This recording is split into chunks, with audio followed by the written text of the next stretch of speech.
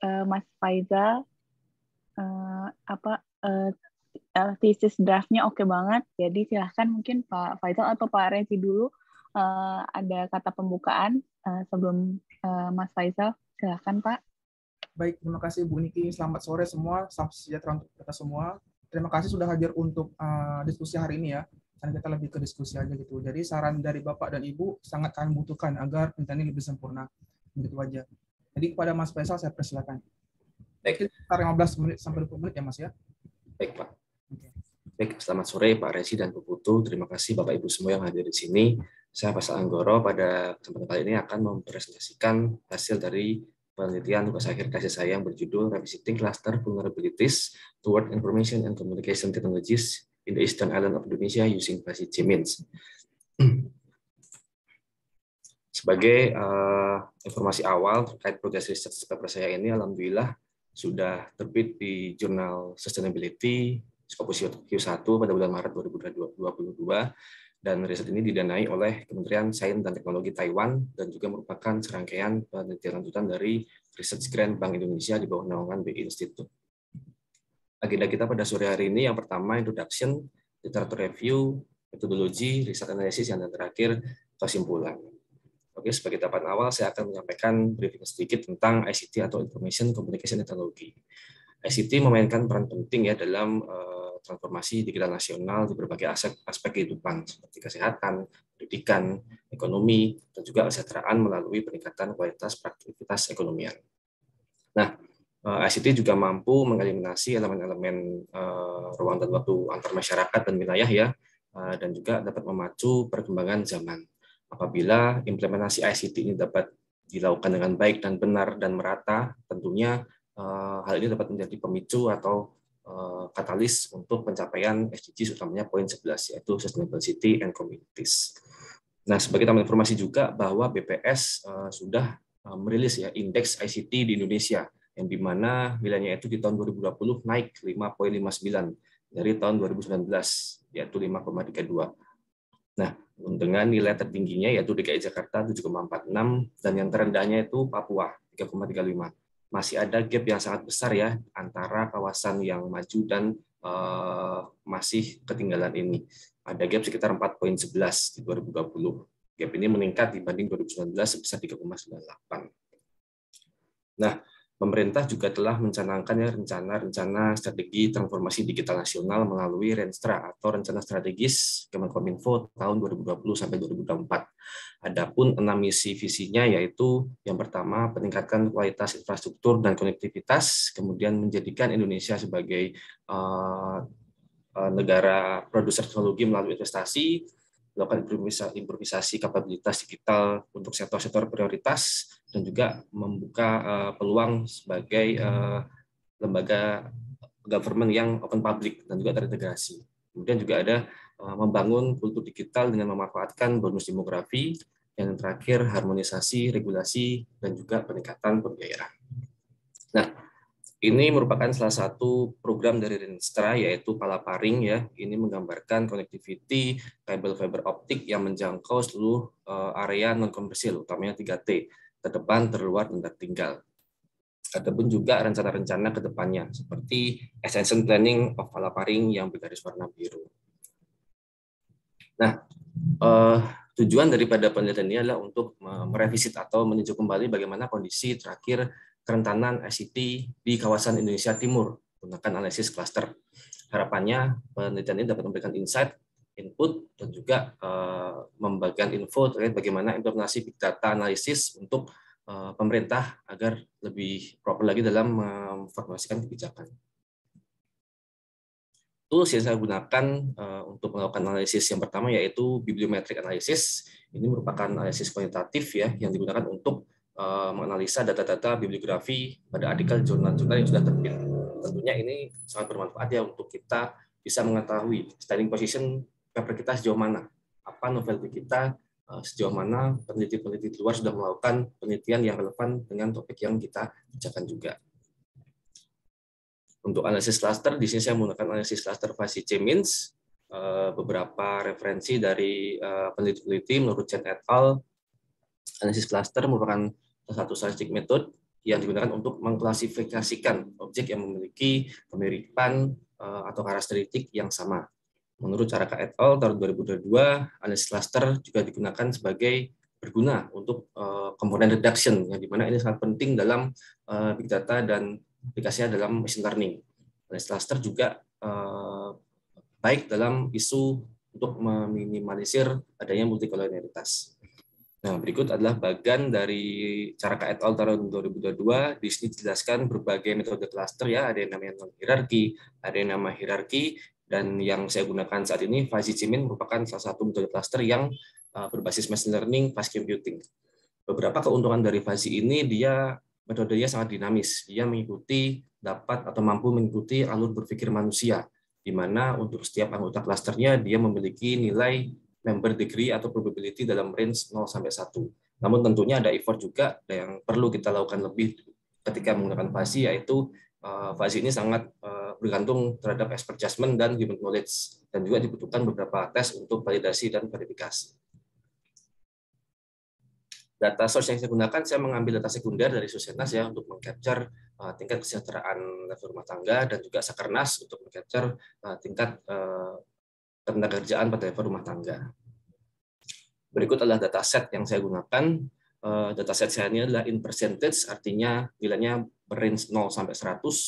Saya mengambil 15 variabel, 6 variabel dari Susenas meliputi data-data kepemilikan ICT, penggunaan komputer, handphone, akses internet, dan juga ada juga saving atau kepemilikan tabungan, dan juga edukasi. Nah, untuk data-data dari Sakernas saya mengambil sekitar 9 variabel meliputi penggunaan ICT terhadap aktivitas sehari-hari seperti bekerja, melakukan promosi, komunikasi, dan berjualan melalui e-commerce atau sosial media. Gambar di bawah ini adalah contoh screenshot ya, contoh 5 kabupaten dari dataset saya. Ini ada Badung, Bangli, Buleleng, Denpasar, dan Gianyar. Untuk data kabupaten kotanya sendiri ada berjumlah sekitar 174 kabupaten kota di kawasan Indonesia Timur, sehingga dataset saya berukuran sekitar 174 kali 15, yaitu ada 2.600 data. Ini merupakan flow atau alur penelitian saya. Yang pertama adalah saya melakukan bibliometric analysis. Di sini saya mengekstrak seluruh artikel atau jurnal yang terbit di Scopus yang membahas tentang ICT, digital literasi, dan vulnerability. Ada sekitar 12.500 dokumen yang kemudian saya cleansing, saya menggunakan tools dari R, kemudian saya melakukan bibliometric analysis menggunakan R-Shiny. Tahapan yang kedua yaitu analisis klasternya. Saya mengambil data sekunder dari Susenas Sakernas, kemudian saya melakukan pre-processing data, saya melakukan summarizing data berupa statistik deskriptif. Kemudian untuk tahapan klasternya, yang pertama saya melakukan uji optimalisasi jumlah klaster. Berapa sih jumlah klaster yang optimal untuk dataset yang saya miliki ini? Kemudian saya melakukan validasi antar beberapa sampel data klaster yang saya ambil. Jadi saya tidak hanya menguji satu model saja. Saya menguji beberapa model, kemudian saya bandingkan mana yang paling terbaik. Dan yang terakhir tentunya melakukan visualisasi maps dengan menggunakan RStudio Shiny. Nah, ini dapat kita lihat merupakan output dari bibliometris yang pertama ya. Ini saya menggunakan keywordnya literasi digital. Di sini kita bisa lihat bahwa banyak sekali peneliti-peneliti di luar sana yang mengkaji tentang internet akses, ICT itu sendiri, dan juga berbicara tentang government data processing, dan juga financial inclusion. Ini mengindikasikan bahwa ICT memang penting dalam banyak hal, aspek-aspek lain yang bisa kita kaji di dalam ICT itu sendiri. Nah, untuk grafik di bawah ini menunjukkan seberapa banyak sih publikasi yang sudah terbit di Scopus yang membahas tentang ICT. Kalau kita lihat ya secara global, ini jumlahnya terus meningkat dari tahun 2010 sampai 2020, itu ada sekitar 40 publikasi. Namun untuk di Indonesia sendiri masih sangat minim, masih sekitar 6 publikasi. Artinya apa? Memang masih sangat jarang orang yang meneliti dan mengkaji tentang ICT kerentanan di Indonesia. Ini merupakan output bibliometric analysis yang kedua. Di sini kata kunci yang saya gunakan adalah Indonesia vulnerability. Ini bisa kita lihat bahwa keyword-keyword yang paling sering muncul itu apa. Banyak orang yang membahas tentang vulnerability, risk assessment, disaster, climate change, Jakarta area, Java, ada juga Central Java. Nah, ini relevan sekali ya karena Indonesia memang terletak di wilayah Ring of Fire dan sangat rentan sekali terjadi bencana alaman. itu mengapa ICT penting dan selalu menjadi bahan untuk diteliti dalam ranah disaster mitigation. Dan yang ketiga, ini output dari bibliometric analysis ini menunjukkan network collaboration, sejauh mana dan sebanyak mana peneliti-peneliti antar negara itu membahas tentang kerentanan ICT. Semakin tebal garisnya, artinya semakin banyak kolaborasi peneliti antar dua negara itu, seperti Indonesia, Jepang ya, karena Jepang kan mungkin memang negara yang mostly sering terjadi bencana alam ya, dia sangat rentan dalam hal bencana alam. Dan juga Malaysia, ada Australia, ada Belanda, dan juga banyak negara lain Eropa lainnya. Nah, ini adalah statistik deskriptif dari dataset saya. Fakta yang bisa kita ketahui dari sini adalah masih banyak sekali ya, dengan melihat nilai minimum 0 ini, artinya masih banyak wilayah-wilayah yang masih belum bisa menjangkau atau memperoleh akses ICT dari yang direpresentasikan oleh variabel-variabel saya tadi. Ini adalah analisis korelasi. Di sini kita bertujuan untuk melihat seberapa kuat hubungannya, positif atau negatif, antar variabel, dan kita bisa tahu di sini variabel mana saja yang memiliki korelasi positif. Seperti halnya mungkin ternyata orang-orang yang punya tabungan itu dia menggunakan atau banyak sekali menggunakan alat seperti komunikasi, PC, internet, dan kepemilikan telepon. Ada juga orang-orang yang Digitek 2 itu penggunaan alat komunikasi untuk berjualan. Nah, banyak sekali representasi dari data-data antar variabel yang bisa kita tarik kesimpulannya di sini. Nah, selain itu saya juga melakukan uji korelasi dengan signifikansi statistik ya. Saya mengambil alfa 5%. Kenapa saya melakukan ini? Karena tujuan saya adalah pengen menyampaikan bahwa ketika kita menganalisa dataset dalam bentuk korelasi, artinya kan kita merepresentasikan seberapa dekat jaraknya gitu kan. Nah, di sini terlihat antara beberapa dataset. Yang pertama saya menguji untuk semua data, kemudian saya mengekskludkan untuk data-data yang bernilai 0, dan yang ketiga saya mengambil data-data yang memiliki nilai 0. Artinya ketika kita mengeluarkan nilai 0 itu berarti kita meminimumkan adanya potensi disparitas atau jarak-jarak yang mungkin itu bisa menyebabkan perhitungan yang bias dalam analisis korelasi. Nah, tahap pertama masuk ke dalam analisis cluster. Yang pertama saya melakukan tes seberapa banyak sih cluster yang optimal untuk dataset saya ini. Ada 3 parameter di sini. Yang pertama siluet, gap statistik, dan elbow. Dan ketiganya menunjukkan bahwa 2 cluster lah yang paling optimal. Nah, untuk elbow ini cara membacanya kita mencari patahan yang signifikan atau yang tajam. Ini ada di titik poin 2. Setelah mendapatkan 2 cluster yang optimal, saya juga melakukan pengujian terhadap N cluster lainnya untuk memastikan bahwa model cluster saya ini ada yang terbaik dengan menggunakan beberapa ukuran seperti SWOT index, PE, PC, dan MPC. Untuk SWOT index, PC, dan MPC ini representasinya ketika dia semakin mendekati 1 artinya semakin baik. Namun untuk PE atau partition entropy, semakin dia mendekati 0 berarti itu semakin baik. Dan dari keempat nilai ukuran ini didapatkanlah cluster 2 ini adalah yang paling optimal. Nah, yang terakhir adalah tahap visualisasi maps. Di sini dapat dilihat ya persebaran peta kerentanan ICT di kawasan Indonesia Timur.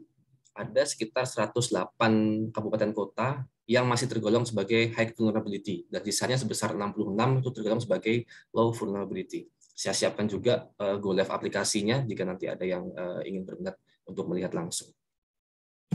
Nah, dari kesimpulan ya dari pemaparan saya tadi dapat disimpulkan bahwa tingkat utilisasi ICT di kawasan Indonesia Timur itu masih sangat rendah, terbukti masih ada sebesar 62% ya masuk kategori high vulnerability. Secara spesifik saya membagikan dalam 3 section, ada practical implication, social implication, dan future research. Practical implication di antaranya ICT berguna sebagai penunjang kualitas kesejahteraan masyarakat dalam melalui UMKM, di mana masyarakat dapat mempromosikan, dapat mengekspansi bisnisnya melalui teknologi informasi. Dan juga tentunya dari sisi tenaga kerja, semakin ke depan kita perlu tenaga kerja yang mumpuni, yang handal dalam bidang edukasi, skill, dan kompetensi, utamanya nanti menghadapi era industri 4.0 atau bahkan 5.0. Dan juga sebagai katalis dalam pentahelik kontributor ya, di mana pemerintah, society, media, para peneliti dan praktisi bekerja sama, berkolaborasi untuk menghasilkan suatu output yang memiliki nilai ekonomis yang tinggi. Dan yang terakhir tentu yang saya sampaikan tadi sesuai banyak tadi di bibliometrik bahwa ICT penting ya dalam hal disaster mitigation. Dari segi social implication, tentu ICT akan mampu menunjang atau meningkatkan taraf hidup sosial di area-area yang tertinggal. Nah, tentunya juga ini sebagai penunjang terrealisasinya smart city melalui government elektronik atau pembukaan akses layanan publik yang masif. Gitu sih, government to community, government to government, dan government to bisnis. Untuk tahapan selanjutnya yang mungkin bisa dikembangkan dari riset saya ini adalah yang pertama bisa mungkin peneliti selanjutnya menambahkan variabel-variabel yang memiliki relevansi yang tinggi terhadap ICT. Kemudian juga dapat dilakukan komparasi antar berbagai cluster metode ya, mungkin bisa menggunakan hybrid cluster dan lain sebagainya. Dan juga yang terakhir bisa ditambahkan level granularitas wilayah yang lebih rinci seperti kode pos atau bahkan kalau mungkin ke kecamatan atau kelurahan. Yang terakhir ini merupakan challenge menurut saya bagaimana kita akan menghadapi ke depannya itu perkembangan ICT yang bersaing gitu. Yang pertama tentu dibutuhkan kolaborasi antar pemerintah pusat dan daerah, pembiayaan, isu-isu terkait politik itu juga menjadi penting. Bagaimana transparansi data, bagaimana kita merencanakan nomor 5 ini perencanaan yang proper, yang baik. Nah, terus bagaimana knowledge kita terhadap penggunaan ICT itu sendiri. Dan yang terakhir tentunya segala sesuatunya perlu didasari dengan studi dan praktis ya, latihan dan training, sehingga pada akhirnya kita bisa mendesain research yang baik untuk implementasi kebijakan yang berlanjutan. Sekian presentasi dari saya. Mohon saran dan masukan Bapak-Ibu semua untuk kemajuan dari perbaikan atau penelitian yang lebih baik lagi depannya. Assalamualaikum warahmatullahi wabarakatuh.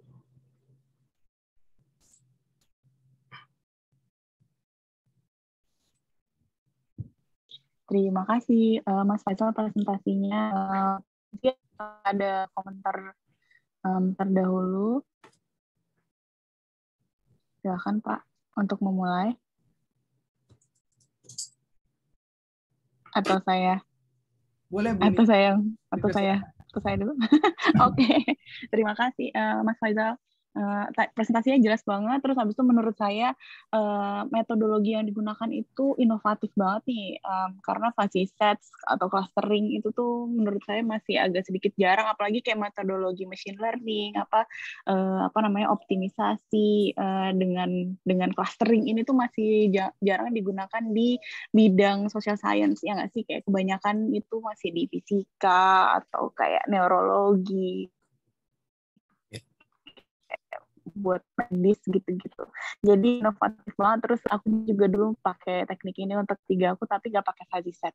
Mungkin sebenarnya aku pengen belajar dari Mas Faisal. Jadi mungkin kalau boleh dijelaskan dengan mungkin lebih elaborasi sedikit lagi di papernya nanti kenapa harus pakai fuzzy set, kenapa nggak pakai metodologi yang lain. Tadi udah disebutin ya advantage-nya dari fuzzy set apa aja. Cuman ada juga drawbacks-nya ya nggak sih, kayak nentuin membership function-nya itu gimana caranya gitu. Terus banyak juga kayak yang opponents dari fuzzy set. Pokoknya intinya jadi ada kayak human factor lagi di dalam programnya. Sedangkan ada juga metodologi statistik lainnya yang kayak sama sekali menghilangkan this human element gitu.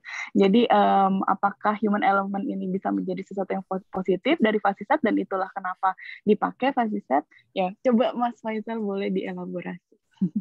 Ya. Kalau menurut saya Bu, ketika kita melakukan fuzzy set ya, nanti di programnya dia akan muncul 2 jarak kemiripan nih. Misal suatu kabupaten A, dia condongnya ke titik pusat klaster pertama dia sejauh berapa, titik pusat klaster 2 dia sejauh berapa. Nah, ini yang dimaksud oleh kita butuh expert judgment. Artinya ketika kita menentukan daerah A ini, daerah A ini udah bagus, udah terimplementasi kabel fiber optik, dia udah banyak melakukan edukasi atau training dan segala hal. Namun ketika kita lihat jaraknya secara angka ternyata masih lebih condong ke yang high vulnerable. Nah, ini makanya saya bilang ini perlu expert judgment di mana untuk menentukan mana nih yang sesuai dengan kondisi realita yang ada. Gitu. Tapi berarti sensitif banget ya nggak sih Mas Faisal? Mungkin untuk kabupaten-kabupaten yang ada di polar opposite-nya gitu, yang ada di ya completely non-member dari membership function-nya jadi jelas gitu. Dia bukan dia totally vulnerable atau totally kayak low vulnerability, tapi buat yang di tengah-tengah ini kayak apalagi misalnya pemerintah menggunakan metodologi ini untuk alokasi bantuan, misalnya nih bantuan yang significantly lebih banyak daripada yang tinggi, yang sangat vulnerable mendapat bantuan yang sangat tinggi, mungkin signifikan bedanya dengan yang daerah yang udah bukan vulnerable lagi. Nah, jadi gimana caranya kita convincing misalnya pemangku kebijakan kalau untuk daerah-daerah yang ada di margin periphery ini, karena mungkin aja itu akan berarti alokasi dana yang signifikan berbeda hanya karena membership function ini basically. Ya, ya Bu.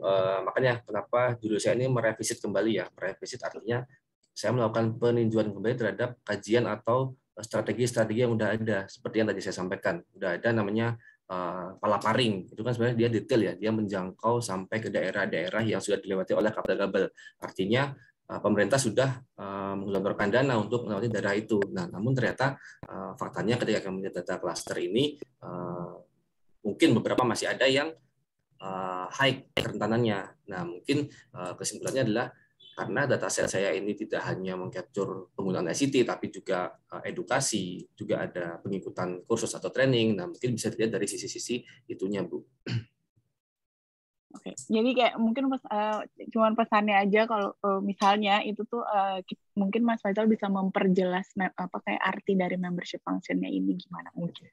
Cuma masukan aja, tapi udah oke kok, udah keren. Terus habis itu satu lagi mungkin ini lebih teknis.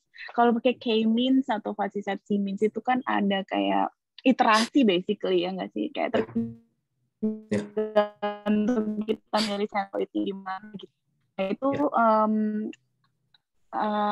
aku lupa dijelasin atau enggak di papernya itu berapa kali iterasi, kayak berapa kali, gimana cara milih centroid pertamanya gitu-gitu. Gimana Mas? Ya, memang kalau ini kan saya menggunakan R software Bu ya, menggunakan aku juga dulu. Ya, jadi memang konsepnya ya sejauh pengetahuan saya yang saya tahu, dia akan mencari titik pusat klaster dengan melakukan iterasi secara berulang-ulang sampai dia minimum terhadap nilai error yang kita set berapa. Nah, cuma memang di penelitian saya ini saya masih menggunakan default dari R-nya. Nanti akan saya cek lagi Bu. Kira-kira default itu dia iterasi sampai ke berapa sampai nilai errornya itu udah minimum atau udah mentok. Ya. Sebenarnya seru sih, apalagi kalau pakai Python. Kalau pakai Python tuh kita lebih fleksibel lagi daripada R, walaupun dua-duanya tuh fleksibel. Waktu itu aku pakai 2R sama Python. Basically kita bisa set centroid kita di mana gitu. Terus habis itu kita bisa set kayak dari iterasi yang sebelumnya ke iterasi berikutnya itu errornya berapa atau jaraknya berapa gitu. Kayak lebih fleksibel lagi kalau misalnya kita pakai metodologi namanya gradient descent method in machine learning, pakai Python gitu. Terima kasih Mas Faisal, tapi udah keren banget, maksudnya exciting banget menggunakan metodologi ini, inovatif banget. Congrats Mas Faisal. Gimana Pak Rezi, apakah ada tambahan Pak Rezi? Kalau dari saya udah cukup, Bu Niki. Udah terlalu banyak ngasih saran semenjak 6 bulan terakhir. Atau mungkin aku ada lagi mungkin saran Mas Faisal, menurut aku peta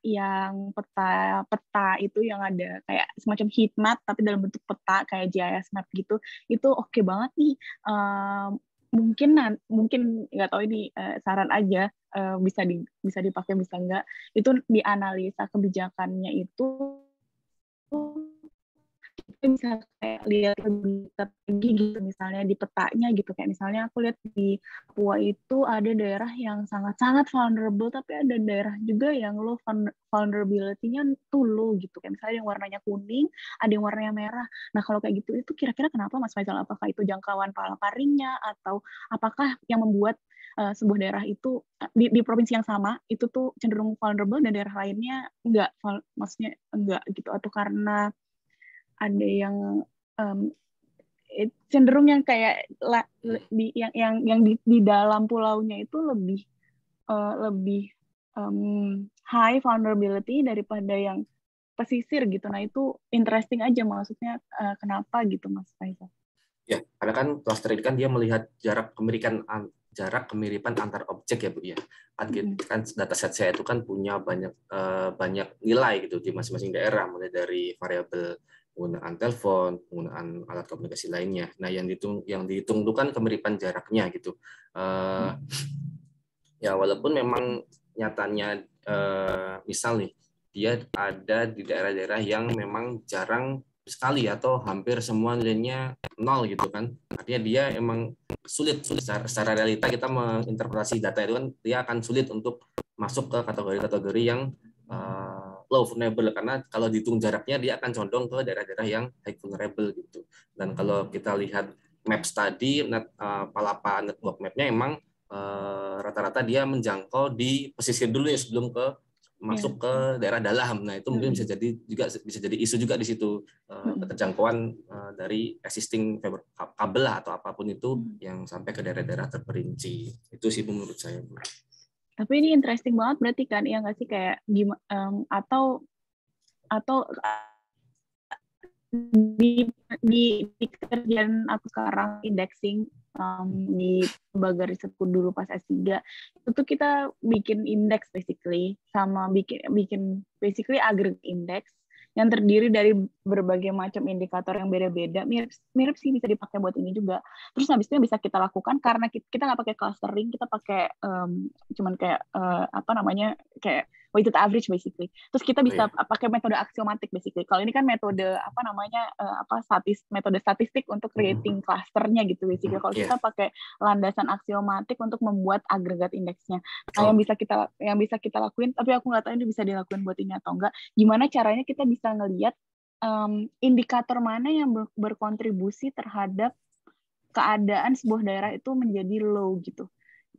Menjadi high vulnerability gitu. Jadi kayak misalnya di Papua, apakah beda atau enggak karakteristik low vulnerability itu beda atau enggak. Kayak mungkin aja berdampak ke kebijakan yang berbeda-beda gitu, kayak misalnya di Papua gitu, yang bikin dia skornya sangat-sangat vulnerable itu ketidakberadaan infrastruktur gitu. Tapi kalau misalnya kita udah ngelihat ke nggak tahu, kalau yang misalnya Bali misalnya, ini termasuk kayak Indonesia Timur kan, itu tuh dia low vulnerability, atau dia ada daerah yang high gitu kan, misalnya di Bali Utara itu bukan karena kurangnya infrastruktur tapi karena kurangnya indikator yang lainnya. Nah itu tapi ini mungkin penelitian selanjutnya ya Mas Faisal, mungkin nggak bisa terlalu banyak untuk dibahas di satu penelitian, tapi apakah itu bisa dilakukan atau apakah itu nantinya akan berguna gitu.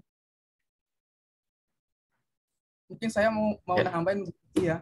Kebetulan itu udah saya lakukan, itu bisa pakai namuji namanya Kaiser Maya Olskin itu. Kebetulan kemarin udah dilakukan se-Indonesia dari BI. Jadi itu udah saya temukan kalau bagaimana ketika rentannya itu di bagian timur. Nah, maka saya penasaran sama yang Bu Niki katakan itu. Makanya yang dikerjakan sama Faisal adalah yang saya temui gitu. Karena beberapa daerah di Indonesia itu gap-nya itu sangat besar gitu. Ya tentulah kalau daerah-daerah kota besar pasti dia akan membanting jauh kan ya. Nah, itu yang saya coba ekskluskan gitu, dikeluarkan. Bagaimana kalau daerah timur gitu. Sebenarnya itu udah dijawab Mbak Bu Niki gitu. Seru apa namanya, kayak tools ini tuh bisa menjadi kayak bener-bener eye opening gitu buat pemerintah, ya nggak sih, untuk mengidentifikasi. Betul. Iya, gimana Mas Faisal? Tapi mungkin kalau dari limitasi dari sini ya, kalau saya akui kalau fase itu dia nggak bisa dibikin indeks karena tujuannya ada cluster. Tapi kalau dibikin indeks biasanya dibikin menggunakan PCA gitu atau MDS. Iya. Oke, atau mungkin kayak penelitian selanjutnya itu bikin kayak semacam regresi. Tapi ini selanjutnya ya, karena di satu penelitian ini udah banyak pertanyaan yang dijawab. Bikin kayak semacam analisa faktor determinan low atau high vulnerability gitu pakai kayak daerah data lain gitu, kayak misalnya pakai data PODES gitu, kayak misalnya kayak kita ngelihat apa yang available di dalam desa, di tingkat desa, bisa of course diagregasi ke tingkat kabupaten, terus apakah itu berpengaruh terhadap vulnerability sebuah kabupaten dalam hal ICT-nya. Menurut Mas Faisal itu visible atau enggak? Ini buat penelitian selanjutnya. Kalau untuk kedepannya menurut saya visible Pak, Bu. Sejauh kita bisa mendapatkan data yang sangat granular itu ya Bu ya, tentunya itu kan bukan hal yang mudah juga. Ya menurut aku kalau PODES aku nggak pernah ngelihat apa sih variabel ICT atau variabel yang mungkin jadi determinan ICT vulnerability dalam PODES. Cuman PODES tuh lumayan banyak variabel basic tuh kayak sensus desa gitu kan. Jadi apa datanya tuh sangat granular gitu. Cuman itu dikeluarin per 3 tahun kayaknya sama BPS. Terus apalagi ya pertanyaan, tentang yang bibliometric review, Mas Faisal, aku dulu belajarnya systematic review.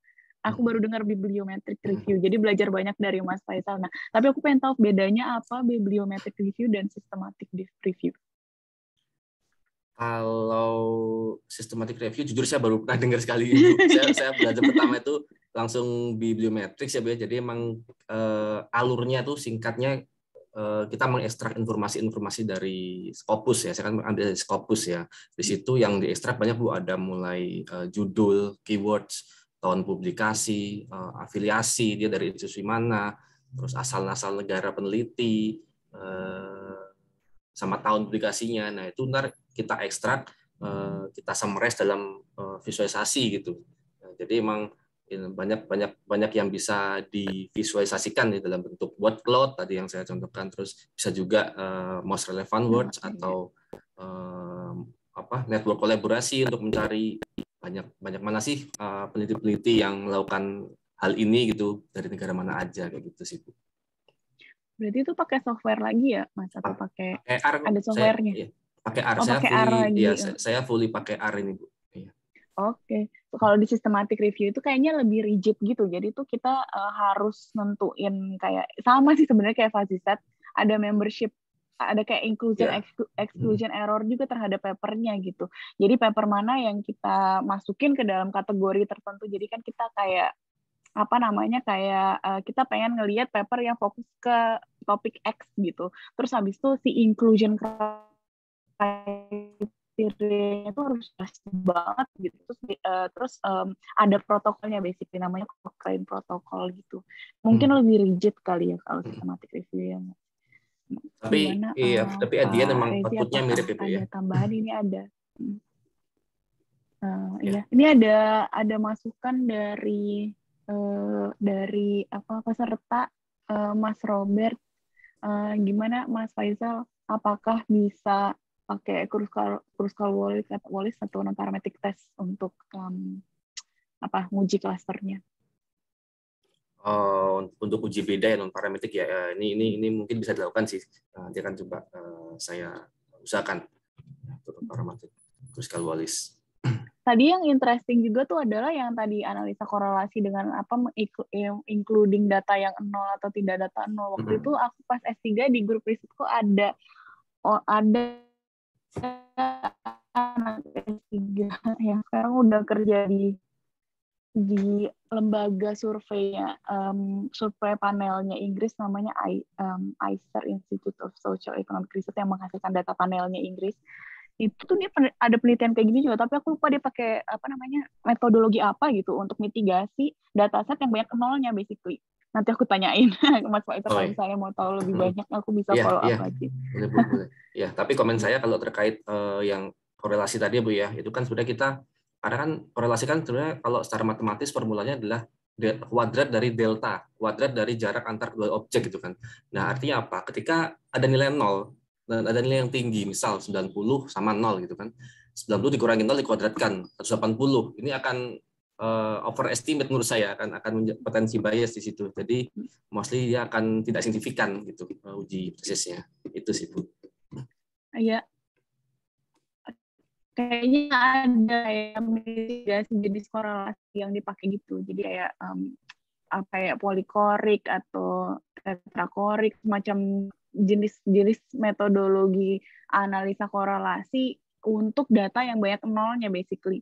Nanti aku coba tanya, tapi aku lupa. Nanti aku coba tanyain teman aku ini. Kalau misalnya mau tahu lebih lanjut, follow up aja kan? Follow up lagi. Ya Bu, boleh Bu. Terima kasih banyak. Apakah ada pertanyaan lagi mungkin dari teman-teman yang hadir juga?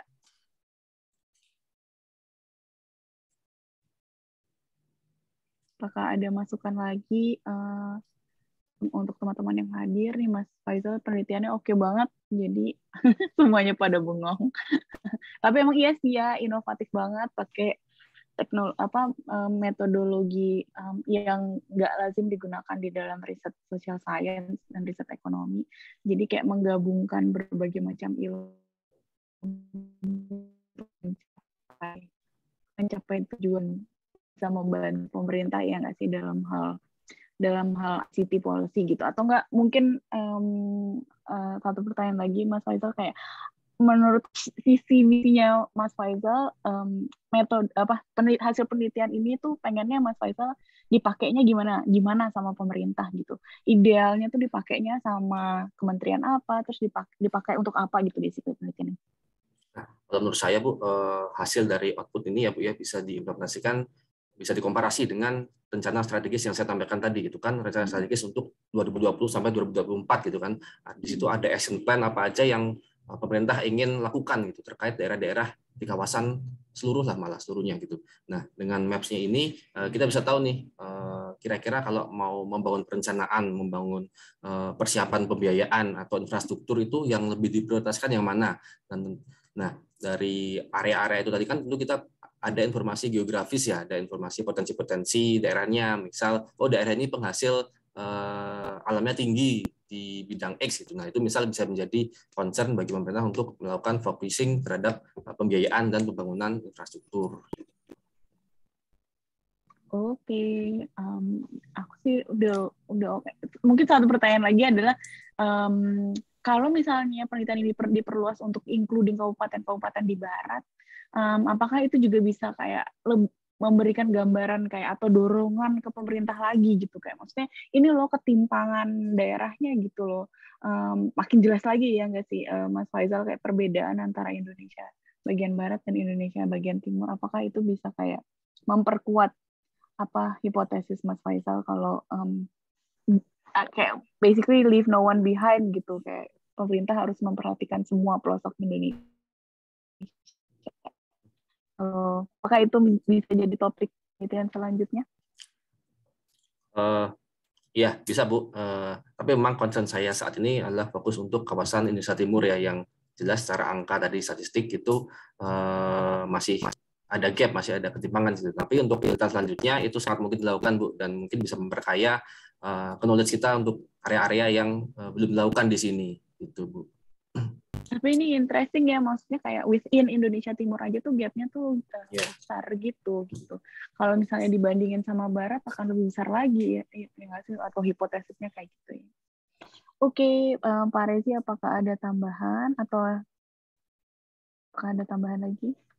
Kalau dari saya sudah cukup Bu Niki. Kebetulan yang Ibu tanyakan itu sebenarnya sudah dikerjakan tuh. Jadi bagaimana gap Indonesia, yang belum saya masih penasaran gap di daerah-daerah 3T sebenarnya dibandingkan yang daerah timur itu. Itu mau dicoba di breakdown. Kira-kira bagaimana kerentanannya. Mungkin kalau untuk teman-temannya lain, di sini kebetulan ada dari BPS, ada juga dari praktisi dan dosen juga, kolega saya. Kalau ada pertanyaan saya persilakan.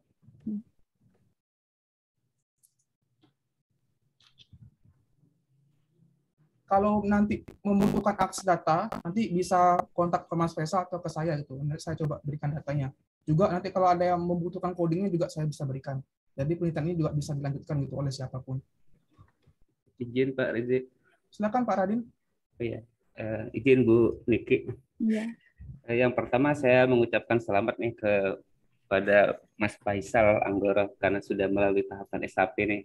Sungguh pencapaian yang luar biasa. Seperti itu. Terima kasih Pak.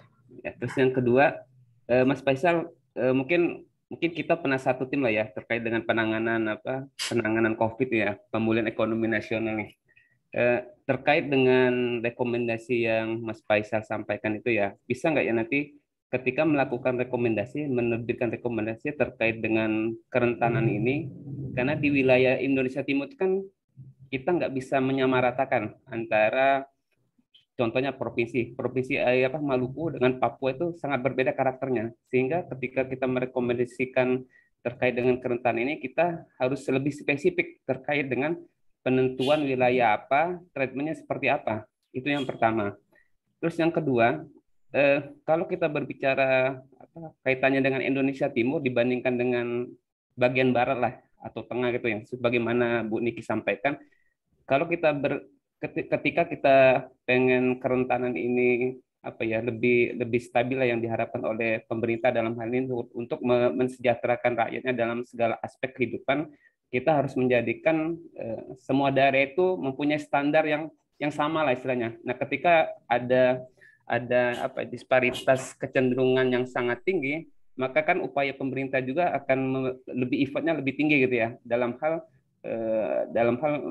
memberikan efek kerentanan ini menjadi lebih smooth lah terkait dengan apa yang diterima oleh masyarakat di Indonesia.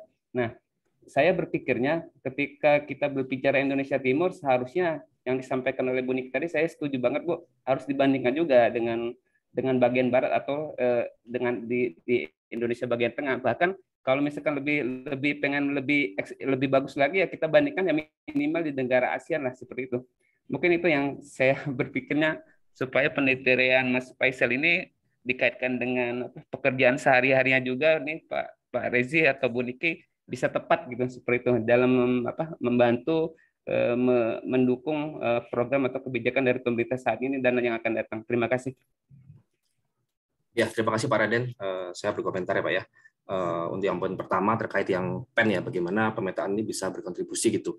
Nah, kalau kita bicara PEN kan tentunya banyak hal aspek lainnya seperti kredit misal gitu kan. Nah, yang menjadi fokusnya di sini adalah fokusnya ICT Pak. Jadi memang ini spesifik tentang ICT. Artinya kalau diarahkan kita bicara PEN tentu untuk kedepannya penelitian selanjutnya itu sangat mungkin ya ditambahkan variabel-variabel yang terkait kredit misal pembelian kredit atau kredit default yang sangat concern sekali di program ekonomi nasional. Nah, kalau untuk yang kedua terkait kawasan Indonesia Timur, ya saya sih mikirnya kalau memang itu jelas angkanya ya beberapa indeks di Indonesia itu sangat rendah di kawasan Indonesia Timur. Nah, itu bisa kita cari dulu nih solusinya untuk kawasan-kawasan yang prioritas. Kita mulai dari yang high vulnerable gitu, untuk fokus terhadap pembiayaan atau infrastruktur. Baru setelahnya melakukan perencanaan kembali untuk daerah-daerah yang low vulnerable. Seperti itu Pak Raden.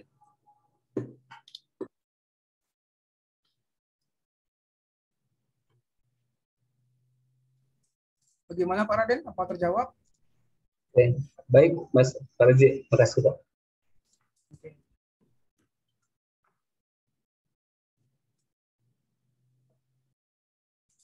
Tadi dengerin komentarnya Pak Raden, terima kasih Pak Raden.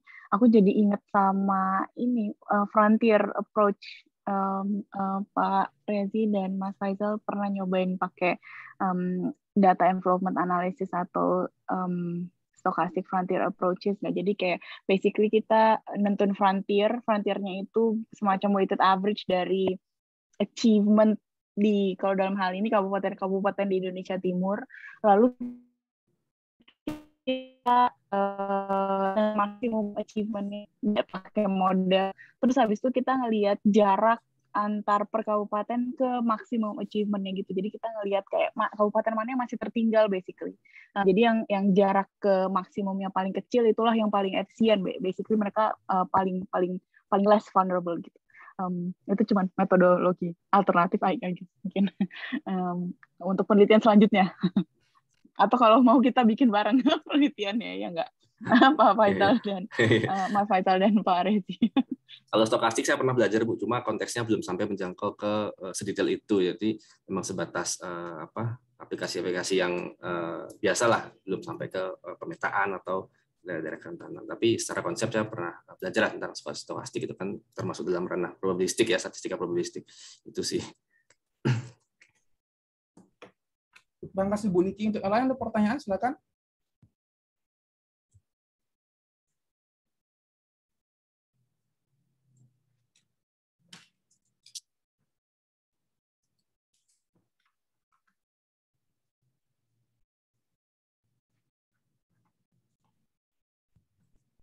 Mungkin Mas Faisal ada mau nambahkan statement, apa sudah cukup?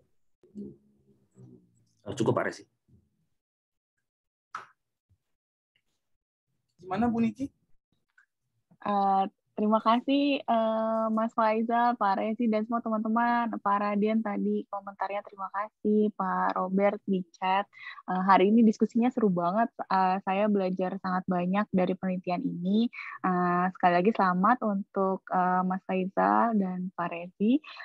Penelitiannya berguna banget dan sangat-sangat berpotensi menjadi kayak tools konkret bagi pemerintah kita untuk membentuk policy yang evidence-based gitu. Ya. Jadi selamat untuk Mas Faizal. Semoga lancar Terima kasih, Bu. proses paper ini. Gitu. Kalau misalnya butuh apa-apa, boleh kontak saya atau mungkin saya justru yang belajar dari Mas Faizal. Selamat ya Mas Faizal. Thank you, Bu. Betul. Thank you Terus, very much. ya, semoga ada kesempatan untuk ngobrol lagi. Ya, berarti hari ini kita tutup SHP-nya. Selamat untuk Mas Faizal. Salam kenal juga untuk semua teman-teman. Semoga semuanya penelitiannya lancar dan dapat berguna buat bangsa kita. Gitu ya. Selamat berbuka juga untuk teman-teman yang sedang berpuasa. Ya, begitu. Gimana Pak Rezi? Apakah ada kata penutup? Kalau dari saya terima kasih atas Bu Niki atas semua sarannya, itu sangat penting untuk sempurna penelitian ini gitu. Jadi saya tambahkan lagi untuk teman-teman, jika membutuhkan data atau codingnya silakan kontak ke saya atau ke Mas Faisal itu. Dengan senang hati kami akan memberikan aksesnya gitu. Sekian dari kami, jaga kesehatan. Wassalamualaikum warahmatullahi wabarakatuh. Waalaikumsalam. Terima kasih Bu Putu, Terima kasih Pak Rezi, Bu Niki. Itu semua. Pak Rezi. Semangat ya Faisal untuk segera bisa daftar sidang. Terima kasih Pak, terima. Oke. Terima kasih teman-teman semua.